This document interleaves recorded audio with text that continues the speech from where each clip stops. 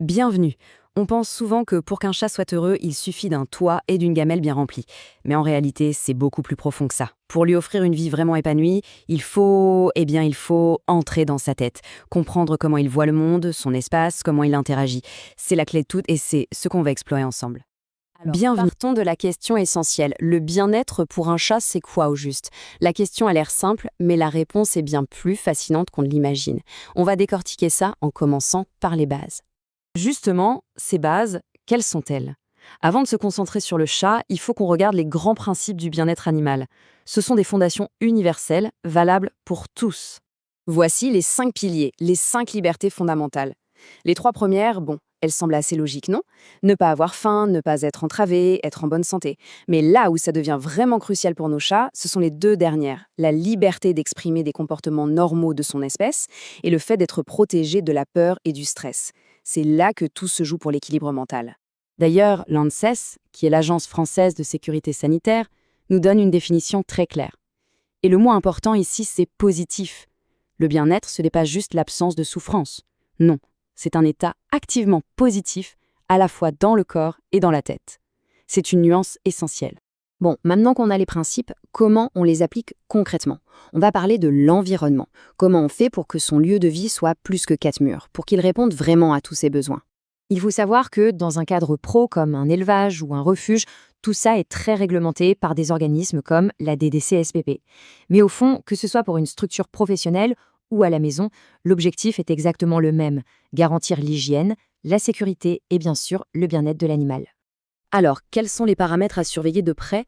Bon, il y a la température, qui doit être agréable et stable, la lumière, pour respecter le cycle jour-nuit, mais honnêtement, le point le plus souvent sous-estimé, c'est l'enrichissement. Un environnement qui stimule le chat, qui l'empêche de s'ennuyer, c'est absolument vital pour éviter le stress. Et d'ailleurs, comment on sait si l'environnement ne va pas? C'est le chat lui-même qui nous le dit. Son comportement est un livre ouvert. S'il commence à perdre l'appétit, à s'isoler, à se lécher de façon compulsive ou à faire du marquage urinaire, attention, ce sont des signaux d'alerte très clairs qu'il faut prendre au sérieux. Parlons maintenant d'une étape absolument fondatrice, la socialisation du chaton. C'est dans ses toutes premières semaines de vie que tout se joue, que se construit l'adulte qu'il deviendra. Ce qu'il faut absolument retenir, c'est que cette période d'apprentissage est hyper courte et elle est cruciale.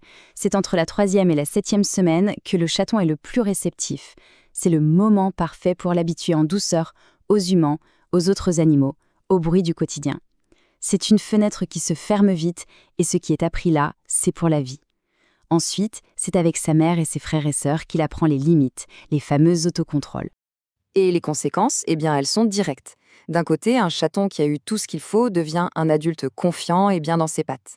De l'autre, une socialisation manquée ou mal faite, ça peut créer des problèmes qui vont durer toute sa vie. Des morsures, de l'agressivité, une peur panique de tout ou de la malpropreté. Allez, passons maintenant au cœur du sujet pour le chat adulte. Comment est-ce qu'il perçoit son espace? Comment il dessine sa carte du monde pour s'y sentir en sécurité?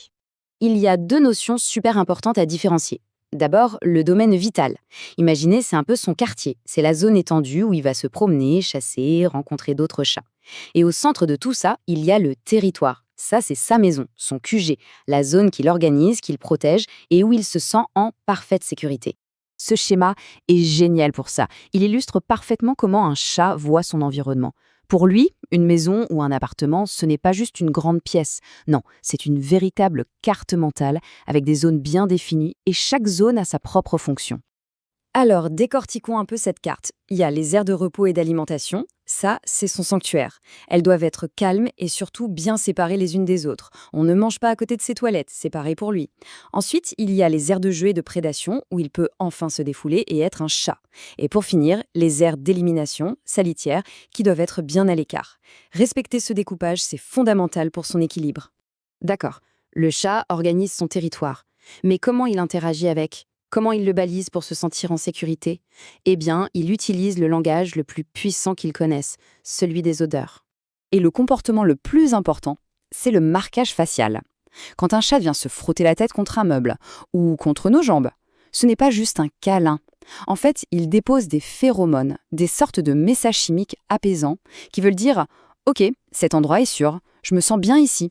C'est un comportement qui lui permet de s'apaiser lui-même. Et là, on voit bien le lien entre ce comportement naturel et ce que la science peut nous apporter. D'un côté, le chat qui se frotte pour se rassurer. De l'autre, on a des produits, des analogues de synthèse de ces mêmes phéromones, qui sont des outils super utiles pour aider un chat à se sentir en sécurité, par exemple lors d'un déménagement ou d'une visite chez le vétérinaire. Alors, pour résumer, que peut-on faire concrètement? Quelques conseils simples, mais qui changent tout. Donnez-lui des points en hauteur. Un arbre à chat, c'est le top. Les chats adorent observer le monde d'en haut. Séparez bien la litière de la gamelle, c'est la base de l'hygiène et du respect de son organisation. Laissez-le venir à vous, ne forcez jamais le contact. Et enfin, jouez avec lui, stimulez son instinct de prédateur, c'est essentiel pour son équilibre. Cette phrase, elle résume absolument tout. Le comportement d'un chat, ce n'est jamais anodin, ce n'est jamais juste pour nous embêter. C'est la fenêtre la plus directe qu'on ait sur son état intérieur, son bien-être et sa santé. Apprendre à l'observer, c'est tout simplement apprendre à le comprendre. Pour conclure, on voit que comprendre comment un chat perçoit son espace et ses besoins, ce n'est pas juste de la théorie. C'est se donner les outils pour construire un environnement où il ne fait pas que survivre, mais où il peut vraiment s'épanouir. La vraie question au final, c'est celle-ci. Maintenant qu'on a quelques clés pour comprendre son monde, comment chacun d'entre nous peut mieux construire ce monde pour lui? Alors,